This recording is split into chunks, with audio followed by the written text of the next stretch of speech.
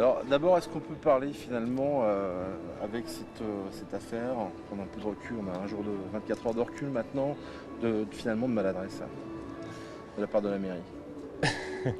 Non, ce qu'il faut rappeler, c'est qu'en effet, la commande n'était pas celle-là. Aujourd'hui, le sujet est clos, parce que les camions ont été vandalisés. J'ai pris la décision de les faire désinstaller hier soir pour des raisons de sécurité publique, parce que des personnes pouvaient donc se blesser.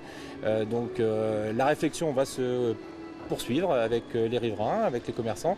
Et donc nous verrons quelle solution de manière globale, parce que le projet est global, donc pour apporter des réponses satisfaisantes aux commerçants et aux riverains. Donc je suis très attaché à la concertation, comme vous le savez, c'est ma marque de fabrique depuis des mois maintenant, depuis que je suis arrivé à la mairie. Donc le dysfonctionnement est derrière nous, les gabions donc sont déposés, place donc à une solution qui donc sera plus conforme aux attentes à la fois des riverains et des commerçants. Ça veut dire que là c'est fini, les grilles remplies de galets, on oublie ou pas? Ce qui est pas fini, c'est l'action de la mairie en termes de solidarité. Je voudrais rappeler quand même qu'il s'agit là de public. On va parler, mais concrètement, là, moi je vais pas être du tout polémique, mais est-ce que du coup, les grilles avec les galets, c'est terminé ou pas?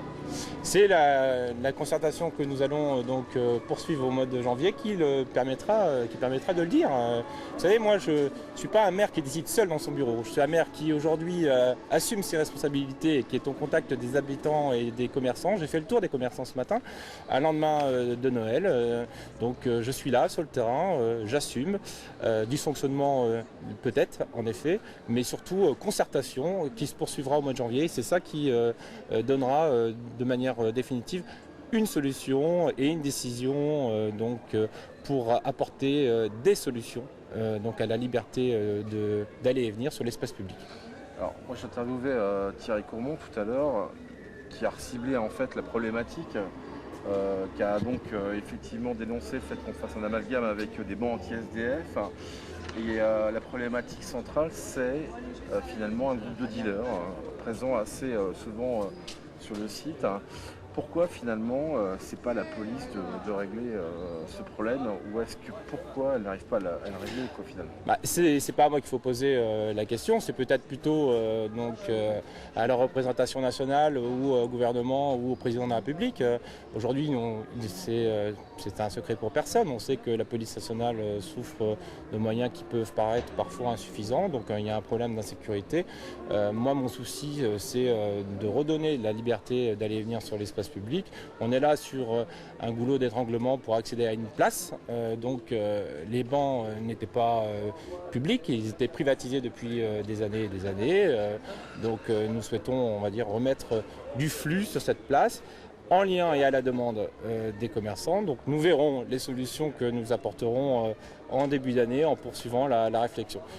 Peut-être un mot quand même sur un certain nombre de choses. Je voudrais rappeler, parce que tout le mal qui a été fait sur les réseaux sociaux, médias, à l'attention de la ville d'Angoulême ou de son maire, c'est des gens qui ne connaissent pas ni la ville d'Angoulême et qui ne connaissent pas le maire d'Angoulême.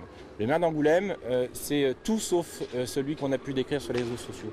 Le maire d'Angoulême, c'est quelqu'un qui, depuis maintenant qu'il est maire, est au quotidien sur le terrain, en lien avec les riverains, en lien avec les commerçants, en lien avec les habitants, en lien avec les associations de solidarité. Le maire d'Angoulême, c'est celui qui a inscrit sa ville dans un dispositif pilote au niveau national de voisins solidaires. Le maire d'Angoulême, c'est celui qui aide les associations de quartiers caritatives à organiser des réveillons de la veille du jour de l'an dans les quartiers d'habitat social, dans lesquels d'ailleurs il passera du temps avec les habitants. Le maire d'Angoulême, c'est celui qui maintient les financements à ses associations et à son centre communal d'action sociale qui distribue près de 8 millions d'euros sur la solidarité, alors même qu'à côté de ça, l'État diminue les dotations aux communes. C'est ça l'action politique du maire d'Angoulême et de son équipe à Angoulême. Et donc je voudrais juste peut-être inviter ceux qui se sont focalisés sur les réseaux sociaux, sur les médias nationaux ces derniers jours, à venir me rencontrer et à faire avec moi le tour des associations de solidarité le 31 au soir. D'accord.